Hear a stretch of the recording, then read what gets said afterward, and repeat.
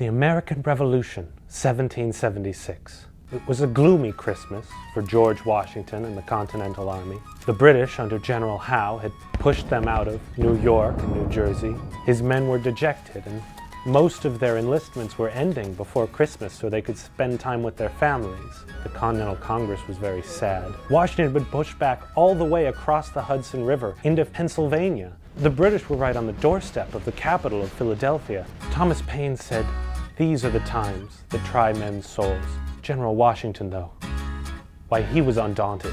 He took what few men he had remaining, and he made a plan for a Christmas miracle.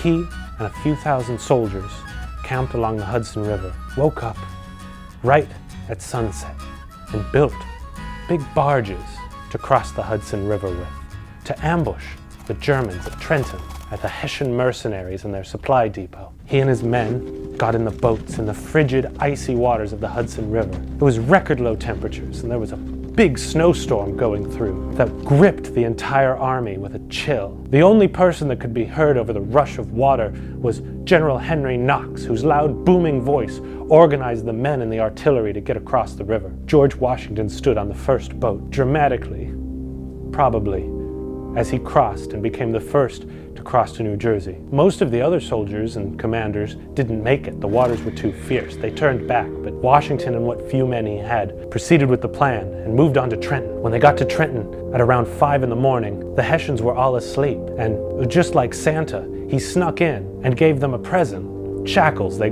got imprisoned. He took about 1,000 German prisoners, and only 3 Americans died. I suppose more like the Grinch. He took all the rifles and the powder and the food and took them all the way across the river back from New Jersey into Pennsylvania. And the men cheered and celebrated. They were so sad, but Christmas had delivered the greatest gift of all, victory in the American Revolution. This would lead to further crossings that would liberate New Jersey before both armies camped for the winter. It reinvigorated the spirit of America, cemented George Washington in our legends, and perhaps saved the day for American independence.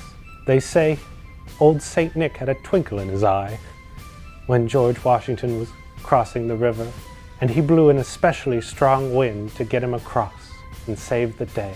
And George Washington's war chest grew 3 times that day as they confiscated all the pay money that the Hessians were given by the British. And they say Lord Howe got really angry and he kicked over a chair and said, "God damn it, these stupid Americans." Ugh. Thanks for watching. Like and subscribe. And if you want to crush a trivia night, come on down to historynet.com. Check out some stories and videos.